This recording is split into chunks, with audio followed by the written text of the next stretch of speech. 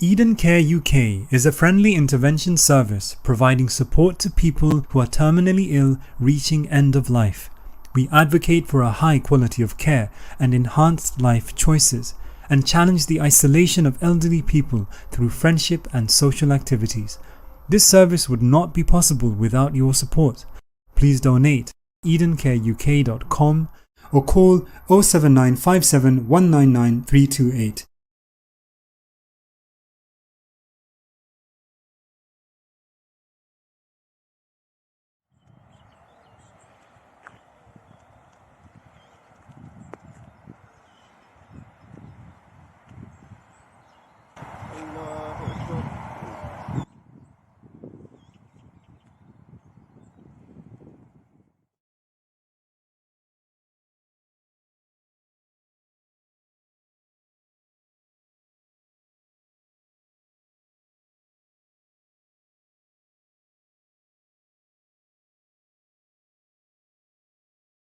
আসসালামু আলাইকুম। ও আমার বোনজি, তাইনার আব্বা আম্মা নাই, আমারও তো ঠিক নাই বিয়া দিবার। আর তাই তোরারে দিবানে আমরা দোয়া করবনি, তোরা সাহায্য করছো।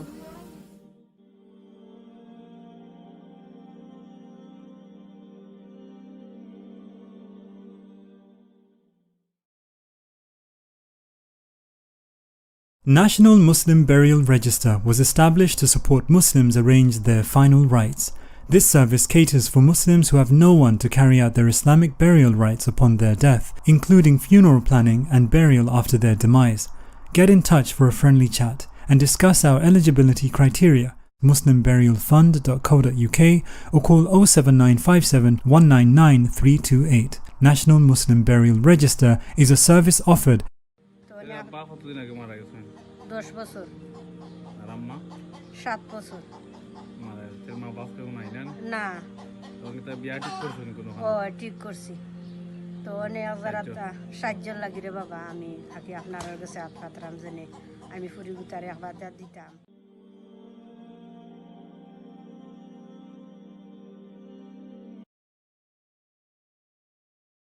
আমি তোমার প্রিয় হতে চাই, আমি তোমার প্রিয় হতে চাই, আমি তোমার প্রিয়। আমার নাম জামিলা, আমি ক্লাস 7 পড়ি। আমার আব্বা আম্মা মারা গেছেন। আব্বা মারা গেছেন 3 বছর আগে, আম্মা মারা গেছেন 2 বছর আগে।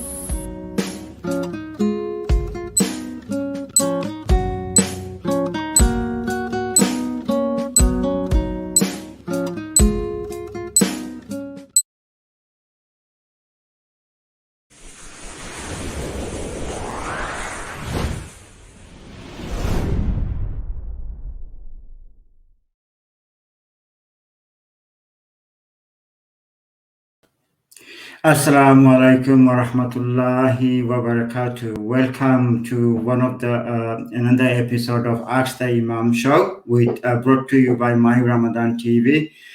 This program actually supported by Eden Care UK and Muslim Burial Fund. Alhamdulillah, assalatu wassalamu ala rasulillah wa ala alihi ashabi ajma'in, amma ba'd. I hope viewers, wherever you are well. Alhamdulillah. I hope the Ramadan is going well. Please remember us in your du'as, inshallah. Viewers, you can always comment in the comment box if you have any clarification you seek, inshallah, and the imams and the sheikh will clarify. Without further ado, inshallah, let me quickly introduce you to the sheikh, inshallah. Assalamu alaikum wa rahmatullahi wa barakatuh. Sheikh, how are you? Walaikum salam wa rahmatullahi wa barakatuh. Alhamdulillah, I am well. How are you? Okay? I'm okay, alhamdulillah. Alhamdulillah. Yeah, all going good, mashallah. Sheikh, we got very limited of time today, so if you want to just quickly introduce the topic today, and I think one of the topic is about grave, the graveyard, and then what's happening in the grave, and then inshallah I have some series of questions that some viewers forwarded to me. I'll inshallah read it out to you. Okay, Bismillahirrahmanirrahim. Alhamdulillahi Rabbil Alameen. Wassalatu wassalamu ala sayyidil kareem wa ala alihi wa sahbihi ajma'in. Allahumma la sahla illa ma ja'altahu sahla wa anta taj'alul hazna idha shi'ta sahla. Allahumma salli ala Muhammad wa ala ali Muhammad kama sallaita ala Ibrahim wa ala ali Ibrahim innaka Hamidum Majid. Wa ba'd. What I want to discuss today is really about adab of asking questions, adab of or etiquette of seeking knowledge and asking questions for clarification. It's a huge topic, and Allah says in the Quran, فَاسْأَلُوا أَهْلِ الذِّكْرِ كُنْتُمْ لَا تَعْلَمُونَ. Ask the people of knowledge if you do not know. If we don't know something, we ask a person who has studied this particular topic to answer us. There is no one in this world who understands, who knows everything. There will be always someone, there will be always something that you don't know. When it comes to Sharia, when it comes to knowledge, when it comes to speaking about Allah subhanahu wa ta'ala, we have to take that more seriously, right? What is unfortunately what happens now is that, and I see this, when it comes to the Quran and Sunnah, when it comes to fiqh, when it comes to halal and haram, people read a website article, or people attend a weekend course, and they think or they assume that they know it. They assume that they can answer people's questions, right? But when it comes to the dunya aspects, for example, medicine, even the way some people would even ask imams and scholars questions is the way some people would ask the scholars, imams and scholars questions is very, very rude, assuming that it's like they want to debate. No, you have to be inquisitive. You don't debate. If you don't know something, you don't start to debate with a scholar who studied, right? There's an etiquette that we have to follow. The etiquette that we have to follow in terms of the adab and the mannerism of asking questions. So, but when it comes to Islam, I've seen a lot of people, they don't have much adab, nor do they have this bravery that they can actually debate with scholars, and they can actually, derive the answers themselves from reading articles. And the way they ask questions, it's a debating format. But when the very same people, when they ask a doctor a question, right, it's very inquisitive. It's just adab. It's like they fear that they're going to, say something wrong or ask something wrong, and that's problematic. That's very problematic. Why? Because you value the dunyawi sciences more than you value the words of Allah and the words of Nabi sallallahu alaihi wasallam. That's a problem in your suluk. That's a problem in your adab. That's a problem in your psyche. And we have to turn it around. We have to value the deen more. We have to value our Quran and Sunnah, the knowledge of the Quran and Sunnah more than anything else. Yeah. So we have to understand that when it comes to approaching knowledge, knowing Allah subhanahu wa ta'ala, knowing the Prophet sallallahu alaihi wasallam, we have to add that. When Musa alayhi salam went to the Mount Sinai, what did Allah subhanahu wa ta'ala say to Taha? Right? He said, فَخْلَعْ نَعْلَيْكَ إِنَّكَ بِالْوَادِ الْمُقَدَّسِ طُوَى. That, take off your shoes, take off your sandals, because you are on a sacred, mountain, right? And then he taught him, Inni ana Allahu la ilaha illa, right? Indeed, I am God. There is no other God worthy of worship except me. So come with adab first, come with humility first, come with respect first, come with reverence for the knowledge. You don't want to respect the carrier of the knowledge, the person. Maybe he's not from your organization, or maybe he's not from your madhab, right? But at least respect the knowledge that person carries. Yeah. So display adab, display the etiquette, display reverence and love and awe for the speech of Allah and the speech of the Prophet sallallahu alaihi wasallam. That's the adab that we have to take, inshallah, when it comes to knowledge. Yeah. Inshallah. Jazakallah khairan, Shaykh. Very important. Definitely, inshallah, is something to take on board. Shaykh, one of the questions someone actually forwarded to us, and I think is relevant, is someone, the question actually came from a female, a sister. She basically said, her potential husband or husband to be only want to embrace Islam. He's a non-Muslim. Only want to embrace Islam just for the sake of marrying her. What is the ruling? He doesn't believe in it, but he just wants to marry her because he wants to convert to Islam just to marry her because she's a Muslim. Yeah, obviously, embracing Islam for that reason is not a good reason. Yeah, it's not a good reason at all. What must be, if he does not believe in God, then he can't fake it to marry her. That won't be allowed. That's not going to be acceptable, right? Get him to learn Islam, find out about Islam, read and understand about Islam, and then inshallah make a cognizant decision about whether to embrace Islam or not. Otherwise, it will not be accepted as him to be a Muslim. He will not be recognized in the sight of God to be a Muslim because he's not doing it because he believes in God. He's doing it because wants to get married. Jazakallah khairan. Yeah, so just for the viewers note, sincerity is very, very important. So when you want to embrace Islam, do read about it, learn deen, don't just, even male or female, this actually happens to both cases. Your lust should not be the priority. Priority is the deen. And once you are accustomed to deen, inshallah, then inshallah your journey will be beneficial. Sheikh, I have another question on relation to husband and wife. A husband actually divorced his wife. Now he's got other children with this wife. Now the question is, what are the husband's obligations towards his children and to his ex-wife, who is the custodian of his children? The brother got married again, and he's got stepsons and daughters. Yeah. No, so he actually left his wife. Yeah. He's living with another wife, but the children he had with the first wife, what his responsibility towards his children? The responsibility, they are his children. He has to provide for them. He has to look after them. He take care of them. He has to provide maintenance for them. Just because he's divorced his first wife and married another one, they're still his children. So he has to provide for them and look after them and maintain them financially until they get to a certain age. I think that question is need more clarification here. So the sister living with her new husband, and of course the children with her as well. So what should her first husband do towards her and her children? First husband.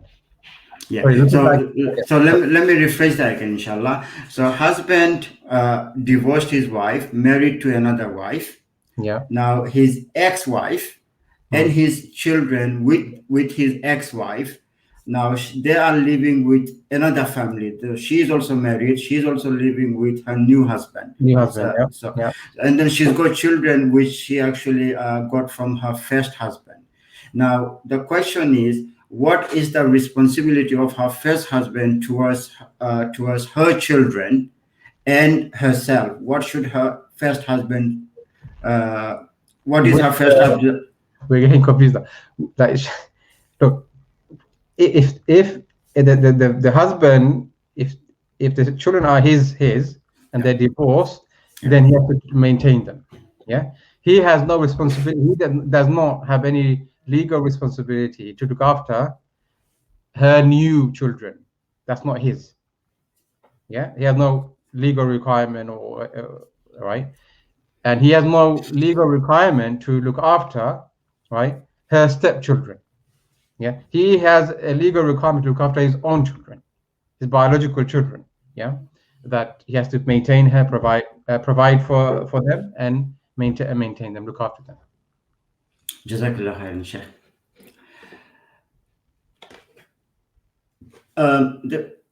There is another question, and it's regarding fasting, Sheikh. If someone break their fast by doing something, not necessarily having marital relationship, but they just broke their fast, what should they do? Should they expiate or do they pay compensation If for they the break their fast? fast because they had marital relations, No, without marital relations. So they were just hungry. They just ate. oh, then they have to fast 60 days. Is there something called compensation that they can do? In this situation, no, they can't do fidya. Fidya is only when they have to do, yani, they have to fast and, going to some scholars, pay kafara also, because they broke the fast, yeah, expiation. So fidya is compensation when, for example, when someone is not able to fast, they're ill, they're sick, right, and they're not able to make the fast up after Ramadan, then they can pay fidya compensation. Yeah, if they break the fast intentionally, to make kafara, they have to make up the fast, 60 fast. So they have to pay kafara as well as Yes, 60 fast. yes, Okay, because they broke it Jazakallah. intentionally. Jazakallah khairan, Sheikh. So we do know, just for viewers' note, kafara fidya kafara is the equivalent to £5, Sheikh, or Yeah. okay. So just for viewers' note, if you break one fast, or if you are not able to fast, if you want to pay fidya, it's a £5 per day. So you need to work it out. So I think it works out about £150 you need to pay, and that money needs to go to a poor person. Jazakallah khairan, Sheikh. I've got another very interesting question. Someone actually put it forward. A person is overwhelmed with worry and anxiety. What is the remedy? If they worry about anxiety, there's dua that they could read from or recite from the Hisn Muslim. They should trust in Allah subhanahu wa ta'ala, recite the Quran. If they need professional help, therapy and counseling, they should seek professional counseling and therapy. There's nothing wrong with that. It's not embarrassing or shameful. They should seek help with that. But generally, trust in Allah subhanahu wa ta'ala. Understand that Allah is there. Don't lose hope in Allah subhanahu wa ta'ala. لا تقنطوا من رحمة الله إن الله يغفر الذنوب جميعا. That's in the Quran. Do not lose hope. Do not despair in the mercy of Allah subhanahu wa ta'ala. Indeed, Allah forgives all sins. So don't despair, right? Continue to have hope in Allah subhanahu wa ta'ala. If you need professional help, seek therapy and counseling. Jazakallah khairan. So viewers, I hope this question is clarified. So if any of you are going through any hardship, any worrying or anxiety, go back to Allah subhanahu wa ta'ala. Increase your ibadah, do lots of du'as, try to get that book, Hisnul Mu'min. The book is a very small book, and it's a very, very handy book, inshallah. Always try to memorize some du'as and practice, inshallah al-aziz. Sheikh, today we're going to actually conclude the programs a bit early. I wanted to really touch on, I have quite a series of questions about grave and the torment of grave and, what exactly happens. As this program brought to you by Muslim Burial Fund, there are a lot of viewers and a lot of our supporters. They want really, really clarification. Perhaps another day, inshallah, Sheikh.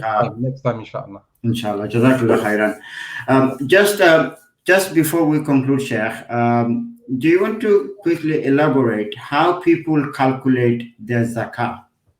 That's going to take a long time. It's going to take a long time. Okay. Yeah, it's going to take. Okay. I mean, we won't be able to do it Okay, inshallah. Maybe we can have zakah. Even if I try, I could do it, but I don't think people understand. But look, zakah, there are certain positions that we own that we have to pay zakat on. There are certain positions that we own, we don't have to pay zakat on. You have to find out what the zakatable assets are. Yeah. Then you basically get a spreadsheet, and you do one column, first column, second column, and third column. The first column you add up, you list all the zakatable assets, your cash, your gold, your silver, business investment, property, everything, right? That details to it. And you tally them up, you total it. And say, for example, that comes to £10,000. And then the second column, you list all the liabilities, your outstanding bills, your rent, everything that, for that month you pay. And you tally that up, right? Say, for example, it comes to £5,000, right? The third column, right, is your net zakatable asset figure. If that net zakatable asset figure is equal to above the nisab, you pay 2.5% of the net zakatable asset figure. If it's below, then there's no zakat on it. So today's nisab, but the silver measurement is about 360 pounds. Yeah. So 5,000 pounds, is it above or below nisab today? Above. So I pay 2.5% of the 5k, which is approximately 125 pounds. Now there's so many details. I'm not sure how much. I think maybe for zakat, Sheikh, maybe maybe we'll have a special show for it, whole show. Yeah, one whole show, inshallah, we'll dedicate it for zakat, inshallah, and one whole show we'll dedicate it for the punishment of the grave, inshallah. Aziz. Sheikh, just a quick one. A mother actually questioned. So you know the babies when they change their nappies, when they wee on the nappies, does the mother need to do wudu after the changing it? If you can elaborate a little bit, Sheikh. No. So mother does not. Sisters who change the baby's nappies, right? They don't need to change. They don't need to, unless obviously if the urine or right gets on your body and well, I know you should wash yourself and stuff, right? But generally, if you change nappies, change the baby, you don't need to renew your wudu if you have wudu. What about if the child is slightly bigger? Wudu does not break. Wudu does not break by changing in nappies. If the child is slightly bigger, so say 5 or 6 years old, and then they weed on their clothes. Yeah, they have to clean the clothes. They can't play back. They have to wash the clothes, clean the clothes. No, that's the child. What about the person actually cleaning them?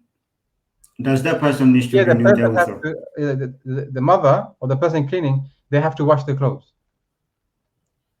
Okay. Yeah. Okay, Jazakallah khairan. I think the question is slightly different, Sheikh. Let me quickly put it to you. So a child actually weed on their clothes, the children's clothes. So they weed on their pant, and the mother changed the trouser or the pant of the child. Yeah. Does the mother need to renew the wudu? That's what I said. The mother does not need to renew the wudu. Jazakallah khairan. Jazakallah khairan. Just for my sanity purposes, I just wanted to clarify, inshallah. So viewers and mothers and whoever actually looking after babies and children, and if they do, if they passes with urine or whatever, and you are changing, I know quite often we get these questions as well, even with a family gathering.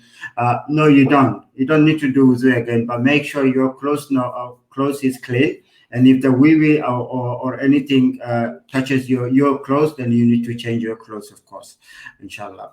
Jazakallah khairan, Sheikh. I think we're going to conclude our show today, inshallah. Thank you very much, inshallah. Hope to see you again. Assalamu alaikum wa rahmatullahi wa barakatuh.